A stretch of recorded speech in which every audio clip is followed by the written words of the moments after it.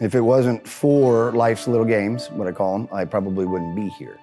I would still be fulfilling a career that I had my mind set on to the age of 60. I left high school, got right into the military. As I was fulfilling my 8-year obligation to the Navy Seabees, Desert Storm came, pulled me out of college, which I was here in 1991.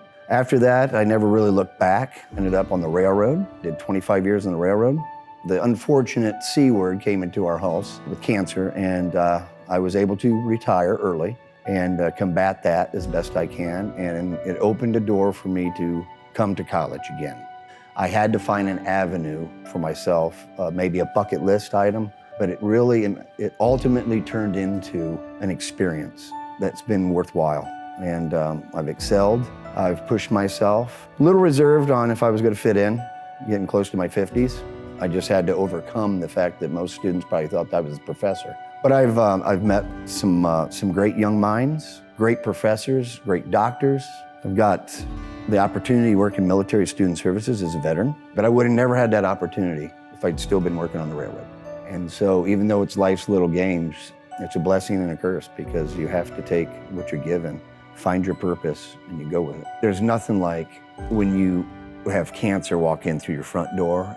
There was that shock value, you know what I mean, part of it when you get to diagnosis. I remember hearing my wife sob in the background when the doctor told me the level of cancer that I had in my body. 50% of my body was engrossed in cancer cells. I got closer in religion, in a way. I mean, what better time, right?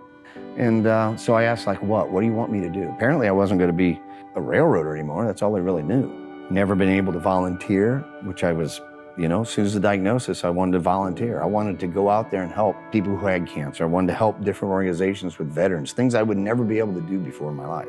So it actually opened up doors for me to be able to do things that I would have never done besides 40 years of railroading. I'm an advocate for my health. I'm an advocate for cancer, especially multiple myeloma. I've used Purdue-Fort Wayne to help educate the general public on the disease. A lot of people don't even know what it is. Network. The people I've met through the community, Purdue-Fort Wayne has given me a lot of opportunities, as not only for my education, but to help benefit others. If there's one thing I can tell people, stay positive. Don't let cancer define you. You're still the same person, you just have a disease. And I pray and I hope that most people can fight that.